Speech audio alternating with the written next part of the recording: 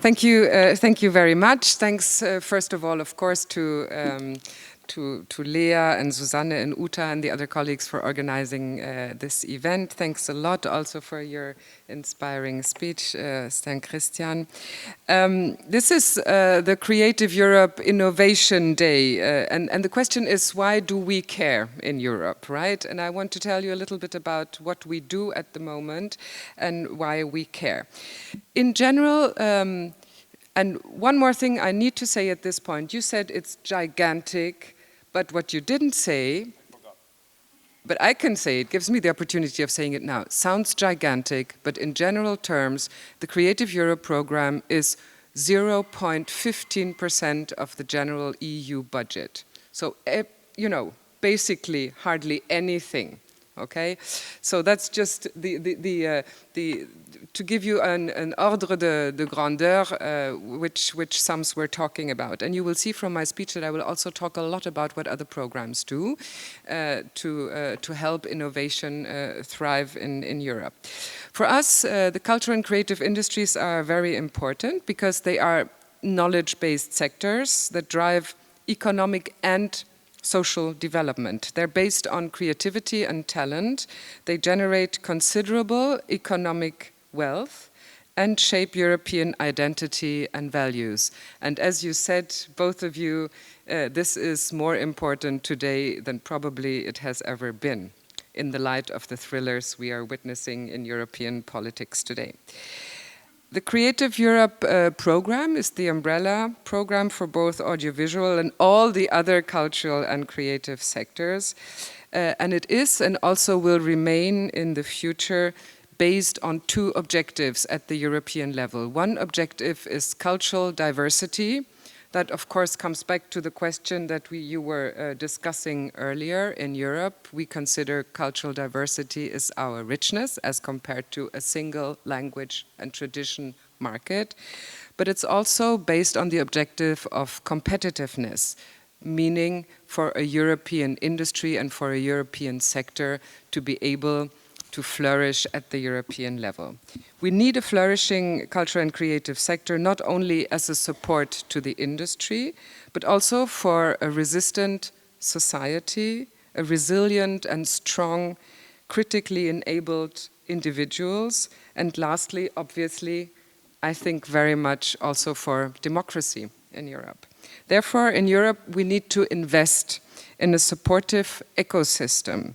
Artists, professional, and content need to be enabled. Already today, Creative Europe therefore supports the individual on one hand, developing skills to be able to use digital means and new technology for and in favor of creation. We will also have a couple of projects presenting today how this is happening. And of course, the organizations in the culture and creative sectors to help them professionalize, to be able to act internationally across borders, as these borders are still very, very vibrant today, and also to build capacity. And eventually, obviously, also to use new technologies to develop new business models, help monetization, and help audience reach, and in particular, as you heard in your in this introductory speech, also to share experiences with an audience, engage with the audience, and ultimately, like that, also help diversifying the audience.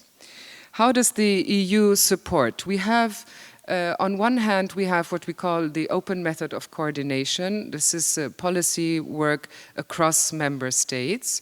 So it's not only funding, it's also policy development. And we've had, for example, two what we called open method of coordination groups that have focused on this topic. One was on public policies for innovation and entrepreneurship, and they have issued quite some substantial recommendations on how to look at the sector as a whole. This is also what you asked us to do. I mean, the one thing that I cannot promise is this thing on deliver and act quickly, but something is happening in Europe.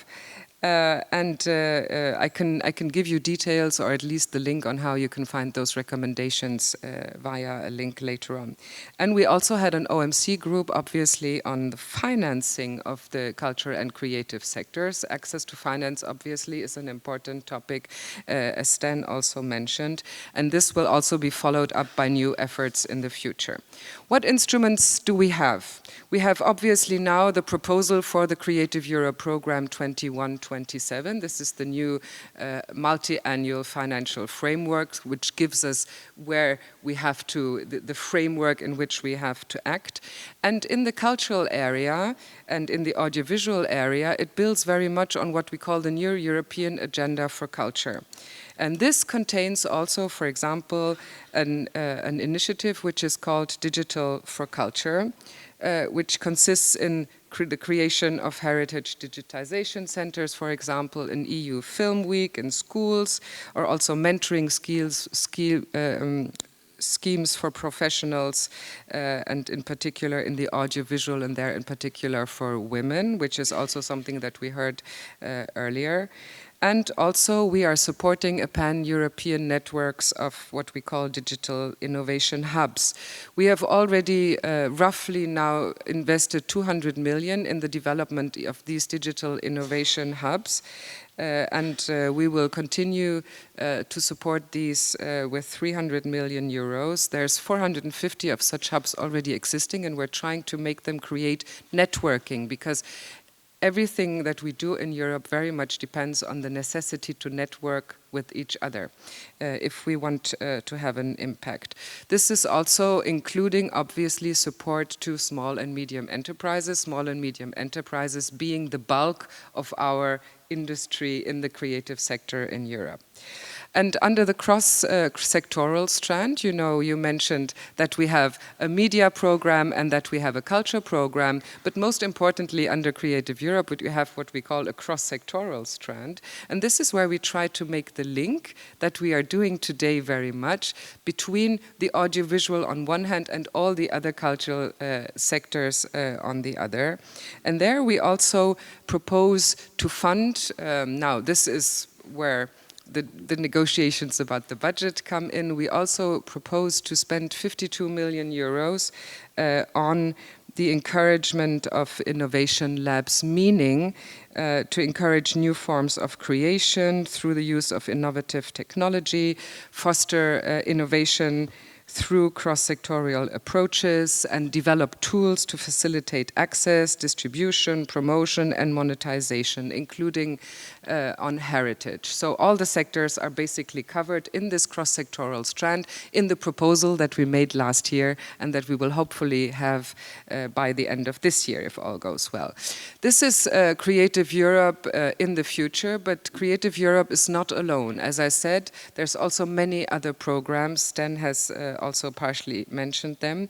We have one which is called Invest EU for the future. This will be the successor program to what we currently have, which is a financial guarantee facility, which helps basically the creative sector access to funding and to financing, basically. So far, already 12 agreements with banks have been signed to help banks actually develop creative projects in 9 countries. This was something that was previously in the predecessor, in the current program, was defined as an important burden to access finance, and this is what we acted on in this facility. And Invest EU will be the overall program where all these financial instruments will link in. There will be various policy windows, and in view of the time I will not mention them all, but just be assured that there will be several hooks, in particular for the culture and creative industry, and therefore for all of you to be able to request micro-funding, micro-financing and equity funding, obviously, under Invest EU in order to be able to invest in technology, for example, in order to be able to develop your projects. One of them I would like to mention is also a social dimension, because it's very clearly said in InvestEU that the investment in social goods is also very important at the European level, and that this very much happens via cultural activities. Then we have Horizon Europe, which was previously called Horizon 2020. There are various pillars. It's a very complicated, huge program. I'm not going to go into detail on all of this, but it's very important that we know that while we are already funding a lot, there's several tens of millions already invested under the Horizon 2020 program. We want to scale this up even further to allow research and technology to thrive also via the new program. And there it is also the question that you raised before, a complementarity, for example, with regional funding or national funding should be actually encouraged. And I see a very strong asset in this particular hook. So also inter-regional partnerships, for example, should be allowed under Horizon Europe. And I think this is also something where we have a strong link, for example, also here with Berlin, where such a hub could actually thrive in such a direction. So several hubs will allow to dig into Horizon Europe. Then, of course, we have what's linked to the earlier mentioned digital single market strategy. As you say, we are one Europe, but we need one market, and therefore we need to develop strategies. And there is the digital single market strategy, obviously. And Digital Europe will follow up in the post-2020 generation. And there also we will have various opportunities for the cultural and creative sectors, for education and culture, and to provide access to latest technologies from artificial intelligence and to advanced computing. That will be possible through Digital Europe. We will also look at the heritage sector, which is also very important if we look at what actually makes a European identity, citizenship, and also social cohesion, very much driven by our common heritage. And we're already supporting a network of hubs also in this respect. And there's also already an existing startup financial instrument for digital entrepreneurs. So all of this already exists. I don't need to mention, probably most of you know, we also have what is called the STARTS initiative, which is innovation at the nexus of science, technology, and the arts. There's a STARTS prize that is being given, I think, tomorrow in Graz. And there's also a program which is linked to this, which is called the STARTS residencies, meaning, for example, artists going to a tech company or another company and being disruptively creative and helping this industry sector thrive, whereas Creative Europe, as you could see, is basically focusing on the artists and the creatives. So both go actually hand in hand and are interesting for us. There's also what we call the Worth project, which is 3.5 million euros, which is under the support for small and medium enterprises, where we support partnerships between small manufacturers and designers and tech companies. So this is already existing now. You mentioned also the individual. Then, of course, in my Director General, which is responsible for culture, we're also responsible. We're the little sister in the family reunion. We're the even little sister to the big sister, which is the Erasmus program, the Erasmus Plus program, where, of course, there's already now, amongst others, the possibility of doing a learning mobility under Erasmus also for this sector, obviously, and cooperation projects are possible for innovation. And in Europe, in Erasmus post-2020, we will develop what is called the digital skills. So there's a lot of effort going on also when it comes to individual support. I just want to mention that you may know already that we have what is called the Opportunus mobility support at the moment.